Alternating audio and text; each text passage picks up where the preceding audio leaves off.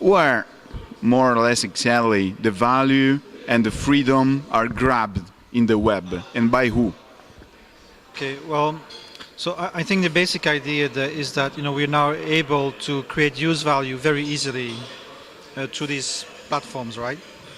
And I think there are different models, and one model is the model whereby individuals share their creative expression, and then platforms like YouTube and Flickr monetize the attention that you are creating through your material, right? And then they sell it to the advertisers. So I think this is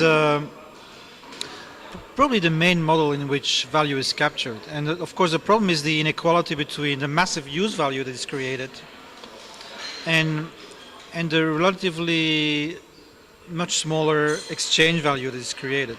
So even if you take Google, it's a lot of money, they're making a lot of money, but how many people can actually live from Google advertising, right? So you're talking about a giant monopoly which is grabbing, as you say, a sizable chunk, but it doesn't translate in a mechanism, a distribution mechanism that actually rewards the effort that is going into the system. Now, so this is what I call the sharing economy, and the reason that works that way is because when you share individually, you don't really have a community, and so you're pretty isolated as an individual, right? So now the second model is the commons model. This is more like Linux and Wikipedia, where people actually are working together on creating something. And because they have this common object, they are much more related to each other. They have much stronger community dynamics. So in these systems you see there's a community, there's usually a foundation that manages the infrastructure, and then you have market players which are marketing value on the basis of the commons, right? So they're still capturing value, but it's actually a better model because there's actually a real commons. They have independent platforms, independent foundations, and the companies have to respect more of the logic of the commons, the logic of peer-to-peer dynamics that are present in this circumstance.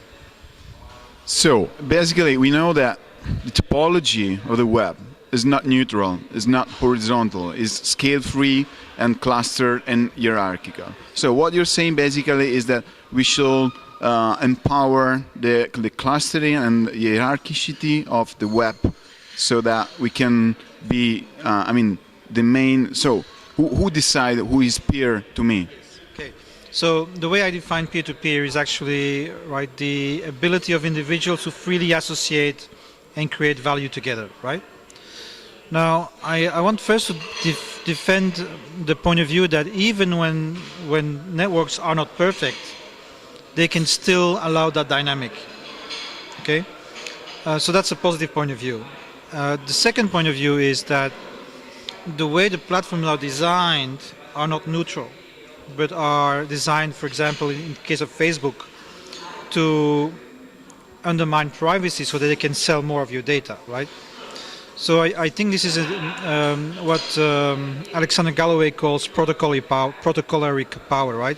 So invisible architectures that are designed by the platform that kind of subtly nudge your behavior in certain ways, like usually by creating threshold values, right? So it's very hard to protect your privacy. Not impossible, but hard.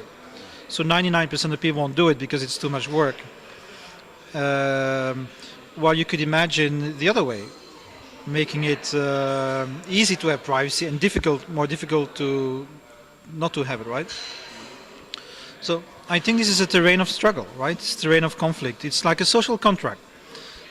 Basically, what I think is the users say, thank you, Facebook, for making this platform that I can use and it's useful to me.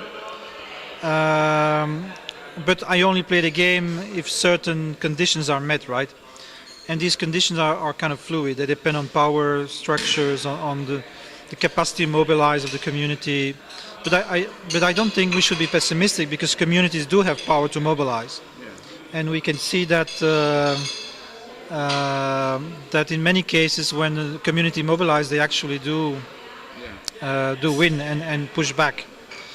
So I think a platform cooperation is always kind of has a dual DNA. They have to be dolphins to enable the social cooperation, but they have to be sharks because they're operating in a marketplace with competitors who also want the dolphins, right? So the cooperation is always kind of trying to nudge away the freedoms of the community, but at the same time they're constrained by the need to maintain the community. Thanks, Michel. All